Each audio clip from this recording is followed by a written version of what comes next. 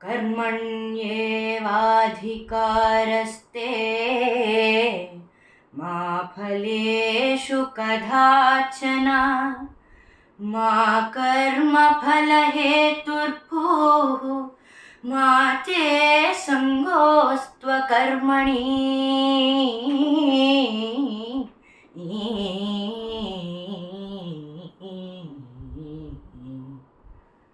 కర్మలను ఆచరించుటయందే నీకు అధికారము కలదు కాని వాని ఫలితము పైన లేదు.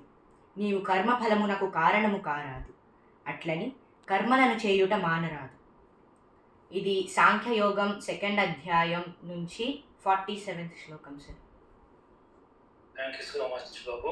ఇది ఇప్పుడు ఈ జరుగుతున్నటువంటిది అంతా కూడా ఘంటసాల అర్పణం అనుకుంటుంటాం అనమాట. మేము చేస్తున్న ఈ కార్యక్రమం గురించి ఎన్ని పొగిడినా కానీ అవన్నీ కూడా అన్నీ కూడా ఆయనకి చెందుతాయి.